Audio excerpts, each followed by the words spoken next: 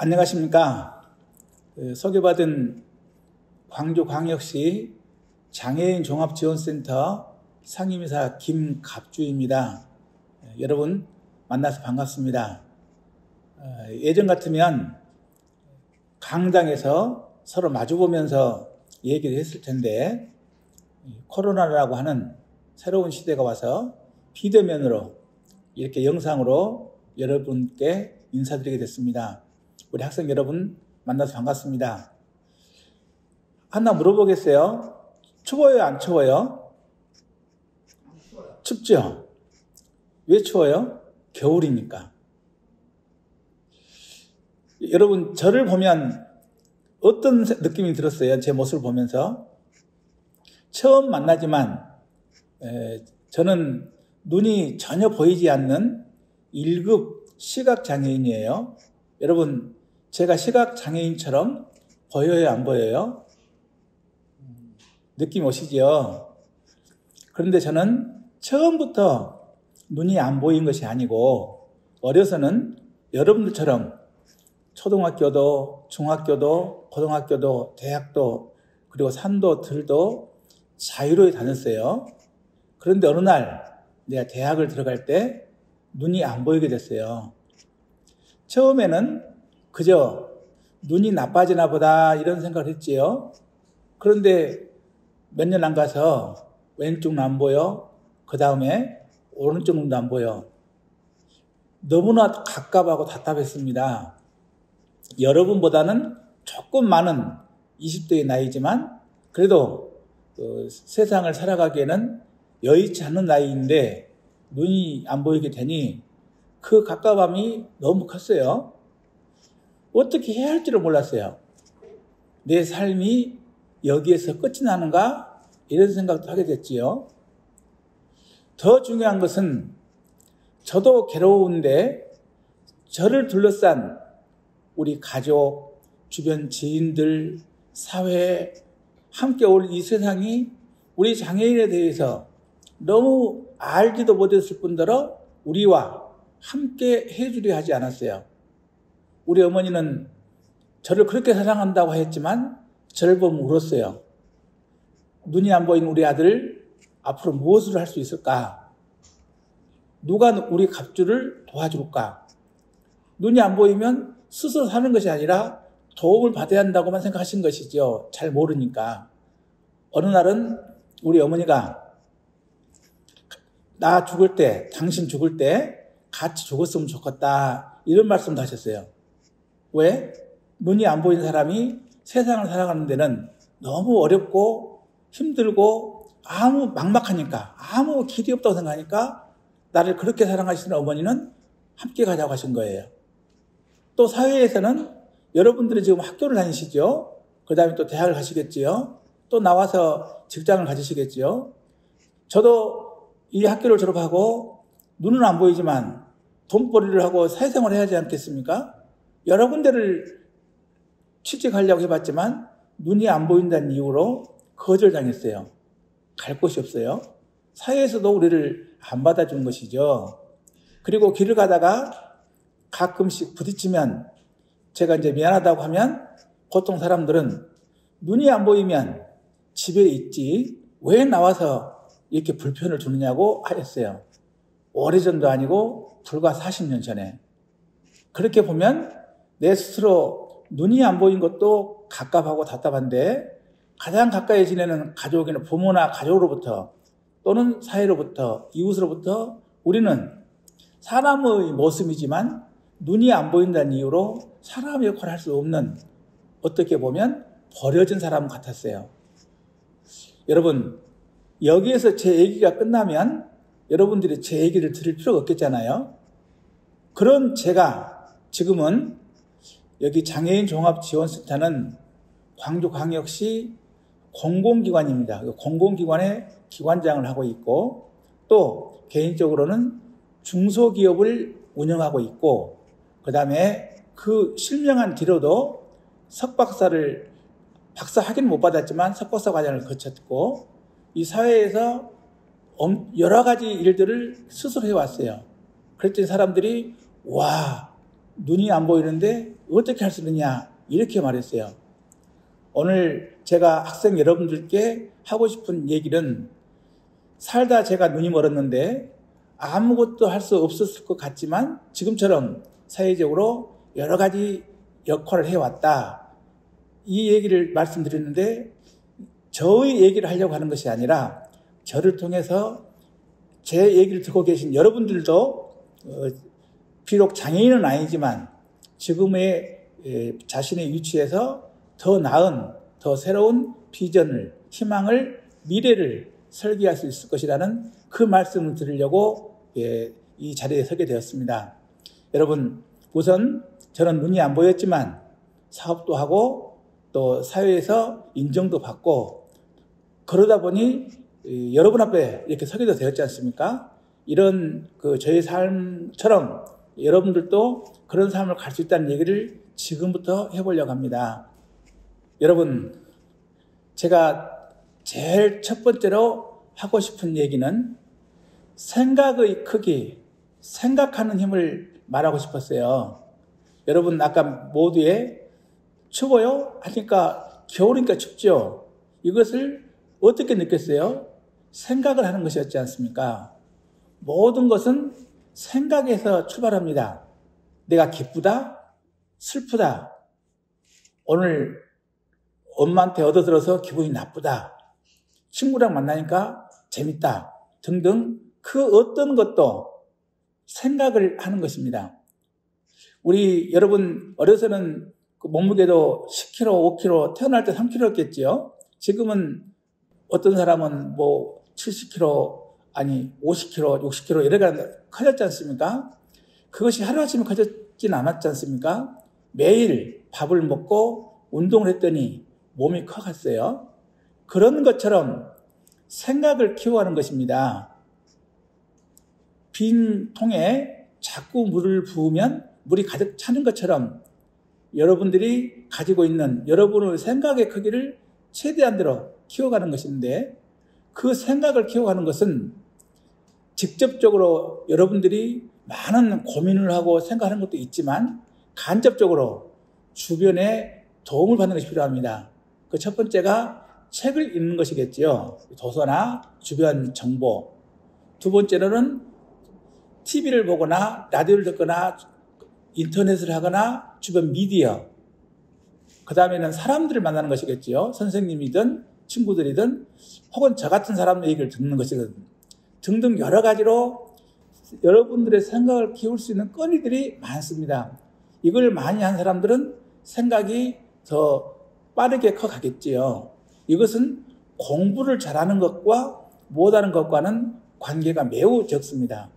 그런데 이런 여러 가지 이 채널들을 통해서 여러분의 생각을 키우는데 반드시 해야 될 것이 딱 한 가지입니다. 이것은 공부를 잘하는 사람이나 못하는 사람이나 또는 머리가 영리한 사람이나 안 영리한 사람이나 또는 몸이 건강한 사람이나 조금 불편한 사람이나 어떤 사람이 할 수 있는 것입니다. 궁금증을 갖는 거예요. 지금 우리 사회가 너무 조금 잘못되어져서 우리 학생 여러분들을 1등 사회로 만들고 있는데 많이 안타깝습니다. 1등도 꼭 필요하지요. 그렇지만 우리는 1등이 필요한 것이 아니라 자신의 삶을 살아가는 길을 만들어주는 것이에요. 그래서 영리한 사람은 질문을, 궁금증을 더 여러 개 가질 수 있겠지요. 조금 더 생각이 적은 사람은 궁금증이 적을 수도 있어요. 그러나 상관없습니다. 여러분들이 경험하고 읽고 듣고 만난 것들을 보면서 이게 무슨 의미가 있을까? 이게 뭘까? 왜 이렇게 됐을까? 하는 질문을 이것은 누구한테 답을 할 것이 아니고 스스로 해보는 거지 않습니까? 그렇게 되면 하루아침에 당장 달라지지는 않지만 여러분들이 어렸을 때 밥 한 그릇 한 그릇 먹었더니 지금의 이 모습이 된 것처럼 여러분의 생각이 커가게 됩니다.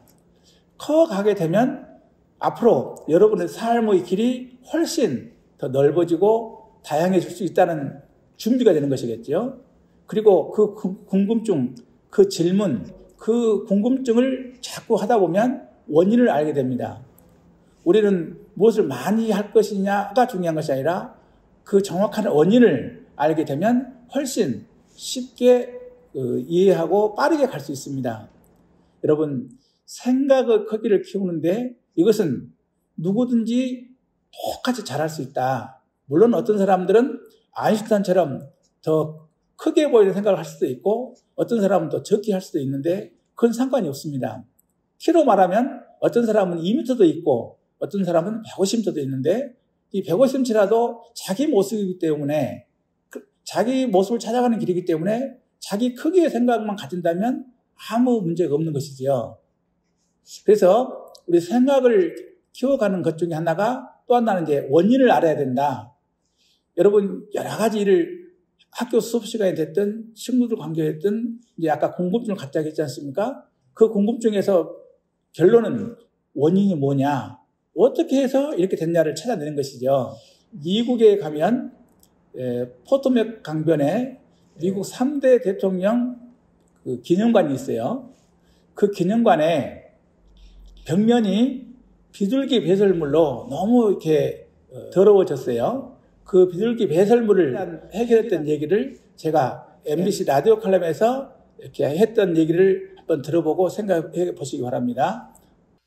지구상에 살고 있는 모든 사람들은 제각기 얼굴이 다릅니다. 물론 생각도 다릅니다. 그래서 조화를 이루기가 쉽지 않습니다. 끊임없이 움직이고 변화해야 하는 이유이기도 합니다. 미국 워싱턴 포토맥 강변에 3대 대통령 토마스 제퍼슨 기념관이 있는데 비둘기 배설물로 인해 기념관 벽면이 훼손되고 있었습니다. 원인이 비둘기 배설물이었기에 관광객들에게 비둘기 먹이 주는 것을 금지하였습니다.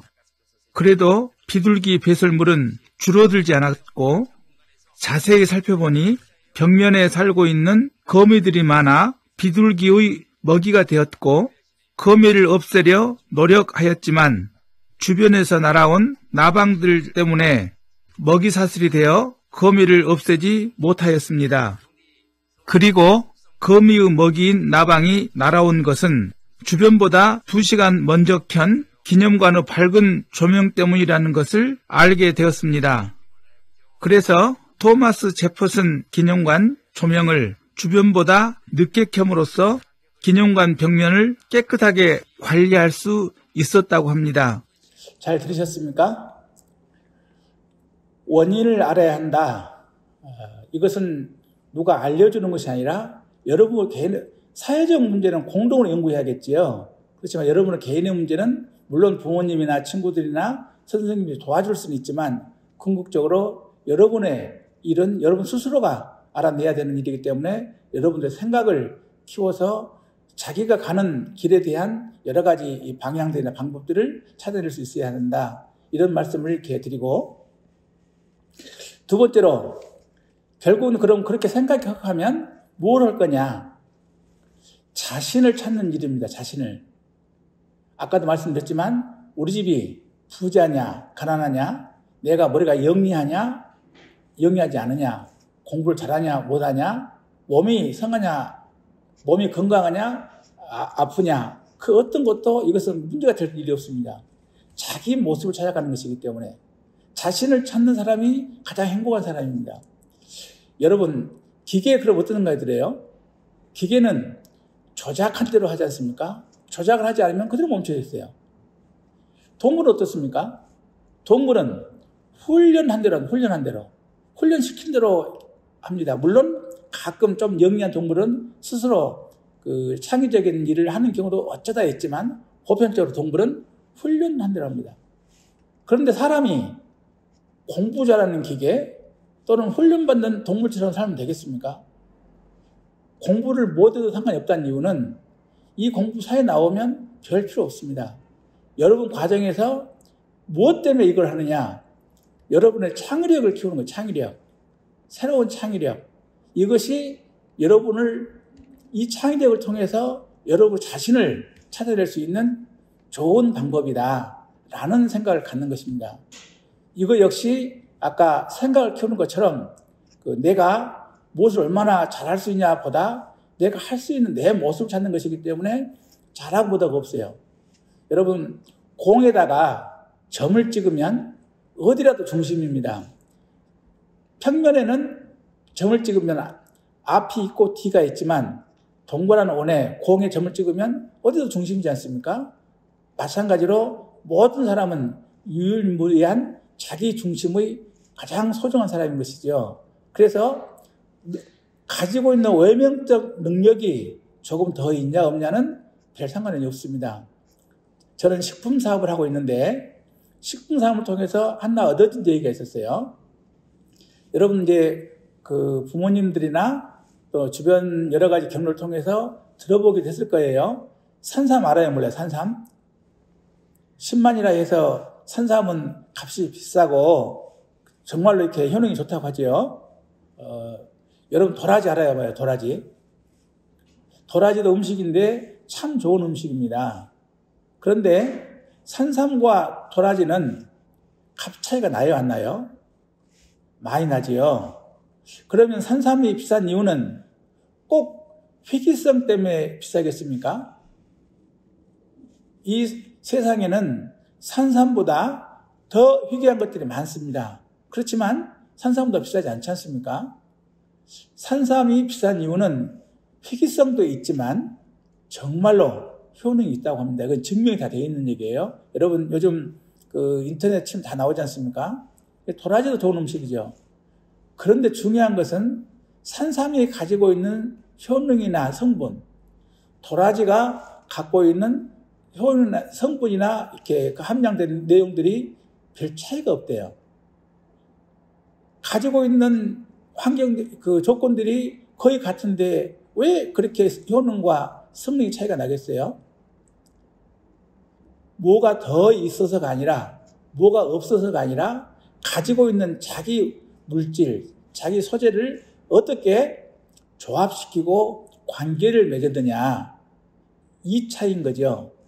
여러분들이 부모님이 잘 사냐 못 사냐, 내가 머리에 영리하냐 안 영리하냐 이것이 아니고 여러분들이 가지고 있는 그 달란트를 어떻게 조합시키느냐, 이게 가장 중요한 얘기죠. 야구에서 똑같이 홈런을 쳤는데 런너에 한 명도 없으면 1점 나죠. 만루가 되면 4점이 나죠. 홈런은 같은데 왜 차이가 나죠? 가지고 있는 조건이 다르지 않습니까?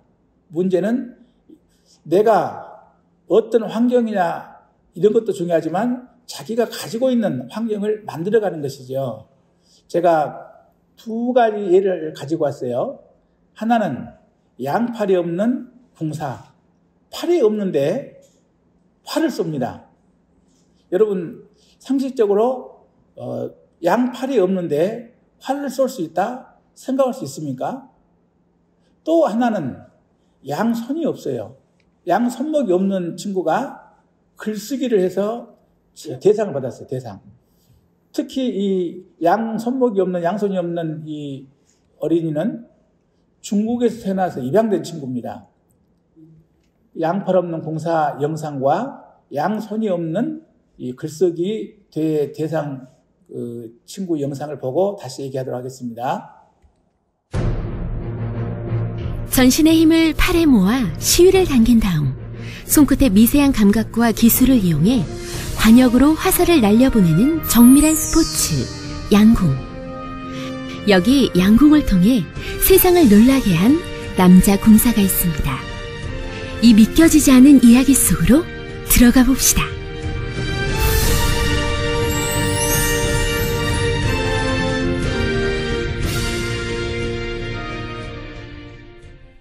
(2012년) 런던 장애인 올림픽 남자 양궁 경기장. 휠체어에 의지한 채 경기를 치르는 선수, 한쪽 팔이 없는 선수, 사형과 장애는 각양각색이었습니다. 하지만 그들의 기량은 일반인의 그것과 다를 바 없었습니다. 관중석에 앉은 사람들은 선수들에게 일제히 환호를 보내고 때론 놀라워했습니다. 바로 그때 유난히 눈에 띄는 한 명의 선수가 경기장에 들어섰습니다. 사람들의 시선은 모두 그에게 향했고 그가 날린 화살이 정확히 10점 관역에 꽂히자 사람들은 믿기 어렵다는 듯이 그를 들어갔습니다. 그 미국 선수의 이름은 메스터츠만.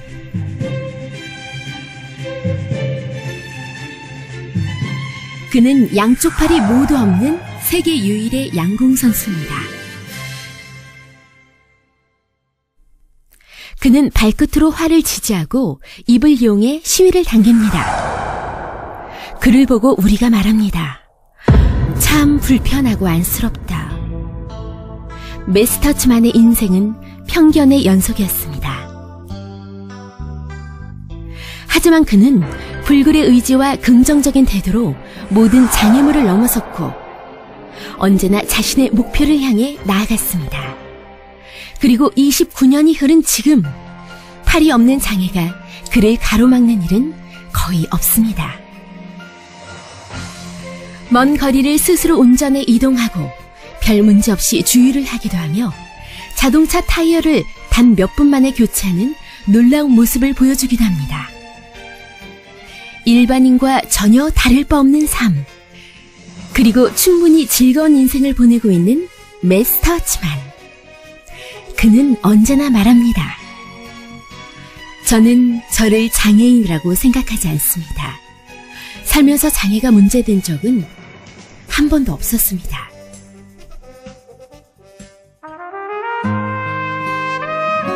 끝없는 멸시와 빈정거림.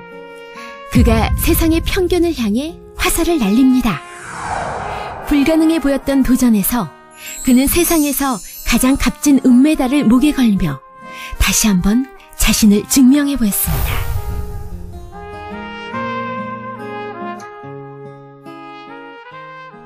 사람들은 그가 활을 쏘는 모습을 보고 기적이라고 말합니다. 하지만 그것은 기적이 아니라 한 남자의 끈질긴 노력의 결과이자 어떤 것에도 흔들리지 않았던 위대한 정신의 산물일 것입니다.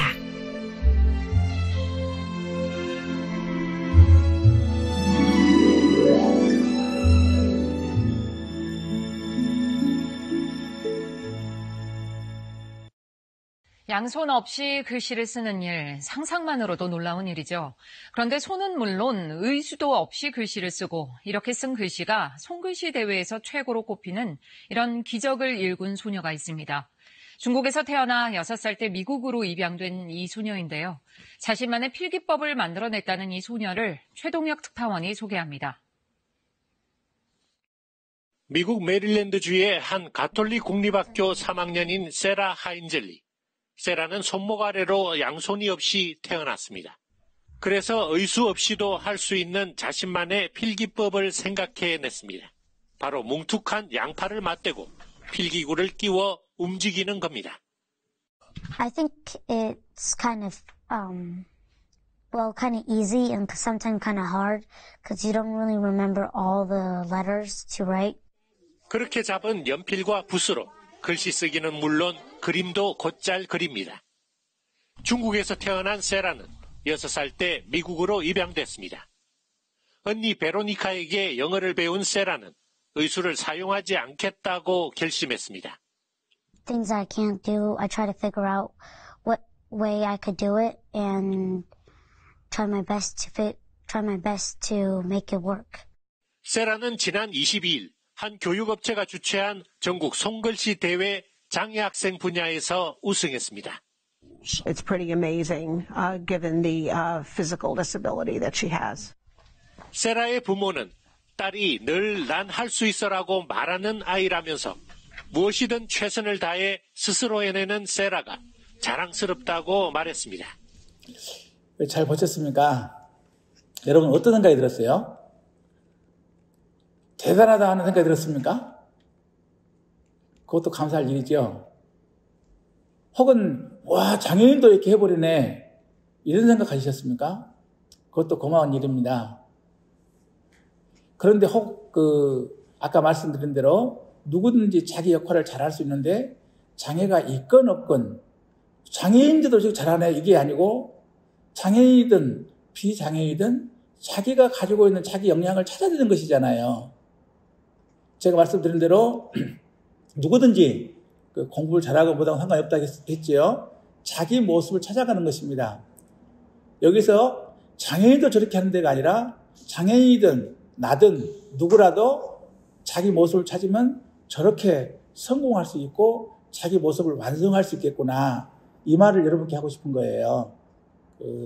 대단하다고 생각하신 것도 고마운 일이고, 와, 장애인도 하는데 나도 못하냐? 이런 생각도 나쁘진 않지만, 더 좋은 생각은 어떤 처지에 있더라도 장애가 있건 없건, 가정 형편이 좋건 안 좋건, 아까 말씀드린 대로 어떤 여건에 있더라도 자기 모습을 찾아갈 수 있구나. 이 생각을 꼭 해주셨으면 좋겠습니다. 그 다음으로, 여러분, 제 아들, 딸도 여러분보다 훨씬 나이가 더 먹었어요. 어떻게 보면 저는 여러분들의 할아버지일지도 모릅니다. 그런데 저는 꼭 여러분들께 감사한 생활을 해야 된다. 여러분, 언제 제 이름이 김갑주인데 여러분이 나를 만날 생각을 하신 적 있습니까? 언제 오늘 2021년에 눈이 안 보이는 김갑주 아저씨하고 이렇게 강의를 들어야 쓰겠다 이런 생각 하신 분 계세요? 없죠? 저도 여러분 만날 걸 생각도 못했어요. 이 코코넛이라는 예쁜 기관에서 저를 초대해 줘서 여러분 만나게 됐는데 우리는 알 수 없었잖아요. 알 수 없었는데 우리는 이렇게 만나고 있지 않습니까? 저는 이걸 기적이라고 말하고 싶어요. 여러분, 인터넷에 뒤져보면 아시겠지만 이 우주에는 수로 셀 수 없는 별이 있다고 합니다. 우리가 같이 살고 있는 것이 지구고 그 다음에 태양계고 이 태양계가 모여서 은하계라고 하지 않습니까? 그 은하계에는 1000여 개의 별이 있다고 그래요. 어떤 학자는 1조 개의 별이 있다고 합니다. 그런데 이 우주는 그런 1000여 개나 1조 개의 별을 가지고 있는 은하계가 또 1000여 개나 또는 1조 개가 있다고 해요. 1000여 개가 맞는지 1조 개가 맞는지는 모르지만 어쨌든 이 밤하늘에는 수로 셀 수 없는 무한대의 별이 있다. 그 많은 별 중에 우리는 지구라는 별에서 만났어요. 지구도 얼마나 넓습니까? 미국, 영국 등등 아프리카. 그런데 한국도 얼마나 넓습니까? 근데 광주에서도 이 좁은 이 스튜디오에서 이를 만나는 거지 않습니까? 시간으로 보면 이 지구가 만들어진 것이 45억 년 됐다고 합니다. 45억 년. 인류가 만들어진 지 400만 년 됐다고 합니다. 400만 년 된 가운데 2021년 우리가 이렇게 만난 것입니다. 지금껏 지구를 다녀간 사람은 몇 명이었겠어요? 현재 이 인류에 살고 있는 사람은 약 77억 명입니다. 그런데 400만 년 전부터 지금까지 쭉 왔다 갔다 했던 사람 계산해 보면 적어도 5천억 명, 1조 명은 될 것 같아요. 그 중에 우리가 만난 거예요. 시간과 공간 그리고 사람 관계에서 우리가 이렇게 만난 것은 무한대분의 일로 만난 거예요. 기적 아닙니까? 여러분들이 여러분 가정 형편이나 여러분 성적을 내가 알 수 없지만 여러분이 있는 이 자체가 기적과 같은 것입니다. 그렇게 생각한다면 모든 것이 감사하고 고마워하고 불평불만이 적어야겠죠. 뭔가 개선할 방법을 찾는 것도 필요하겠지만 그래서 여러분들의 생활이 늘 감사하고 고맙다는 생각을 가질 수 있는 내 친구와 어쩌다 다툴 수도 있겠지만 함께 있는 친구가 또 여러분을 가르치는 선생님이 부모님이 오늘 저 눈이 안 보는 아저씨 얘기가 참 감사하고 기적 같은 일이구나 하는 생각을 해 줬으면 좋겠다. 이 말씀을 드리고 싶고 끝으로 여러분들이 스스로 열심히 살아오셔서 감사하기도 한데 저도 마찬가지고 모든 사람은 주변에 도움을 받지 않으면 살 수가 없습니다. 저 역시 기록할 때도 안내를 받습니다만 먹고 살고 모든 것이 서로 돕는 관계가 아니면 살 수 없습니다. 여러분도 부모님으로부터 학교로부터 친구로부터 사회로부터 서로 도움을 받고 사는 것입니다. 그 말은 바꿔서 말하면 서로 도움을 줘야 한다는 얘기도 되겠지요. 도움 받았기 때문에 도움을 준다. 늘 나도 내 친구에게 내 주변에게 도움을 줘야 쓰겠다. 이걸 봉사활동이라고 하죠. 이렇게 이 봉사를 가장 잘하는 것은 자기 자신의 일을 잘하는 겁니다. 저는 장애인 지도자로서 사업가로서 사업을 열심히 하는 것입니다. 여러분 학생이지 않습니까? 학생은 학생으로서 학생 때 해야 될 일, 학교 수업을 하거나 또는 몸 관리를 하거나 또는 관계를 넓혀가거나 이것이 가장 큰 봉사입니다. 그 다음에 해야 할 일이 어떻게 하다 보면 보편적으로 그렇게 살아가는데 사회적 낙오자가 있을 수 있어요. 친구 집이 교통사고가 나서 어렵게 됐다든지 또는 불이 났다든지 또는 이 코로나 때문에 힘들었다든지 등등 우리가 예측하지 못한 어려운 여건에 당할 수가 있어요. 저처럼 살다 눈이 먼다든지. 저도 눈이 멀었는데 주변에서 도움을 안 줬다면 여기 올 수가 없었습니다. 그런 것처럼 정상적인 자기 생활을 잘 사는 것도 큰 도움이지만 가는 과정에서 나고자 조금은 어렵게 된 처지가 생기게 됩니다. 이럴 때 여러분들이 조금 더 주변에 손을 내밀어서 함께 갈 수 있는 그런 생각을 갖는 것이 큰 중요한 봉사입니다. 지금 여러분들 학생이기 때문에 경제적으로나 혹은 엄청난 큰 도움을 당장은 줄 수 없다 할지라도 주변에 친구들이나 또는 가족 중에 아픔을 겪은 사람이 있다거나 하면 말 한마디라도 기도라도 하는 것이 봉사입니다. 여러분 내 생활 속에서 나도 도움을 받고 살지만 내가 꼭 도움을 주는 사람이 되어야 되겠다. 이런 생각을 가졌으면 좋겠다. 라는 말을 끝으로 드리고 싶어요. 제가 맨 처음에 제 얘기했어요. 살다가 갑자기 눈이 안 보이게 됐고 눈이 안 보였더니 아무것도 할 수 없고 버려진 사람 같았었는데 지금 사업도 하고 돈도 벌고 나름대로 이 사회에서 역할하게 되었다. 여러분들도 저보다도 훨씬 더 많은 일을 하는 큰 사람이 될 수 있다. 그 하나가 생각을 키워가는 것이었고 생각을 키우면서 하나가 자기 자신의 모습을 찾아가는 것이었고 그래서 자기 역할을 만들어가는 것이었고 그 다음에 우리가 이렇게 살아서 함께 얘기하고 그런 일을 생각을 하고 자기 자신을 찾아가는 것이 기적과 같은 것이다. 그리고 도움을 받아왔기 때문에 도움을 줄 생각도 했으면 좋겠다. 이렇게 하신다면 여러분 공부 잘하는 것도 중요하지만 여러분 삶을 여러분 자신을 잘 찾아가는 것이 더 중요한 일이므로 그렇게 갈 수 있을 것이라는 생각을 갖습니다. 눈이 안 보이는 이 선생님 얘기를 끝까지 잘 들어주셔서 고맙습니다. 또 뵙도록 하겠습니다. 감사합니다.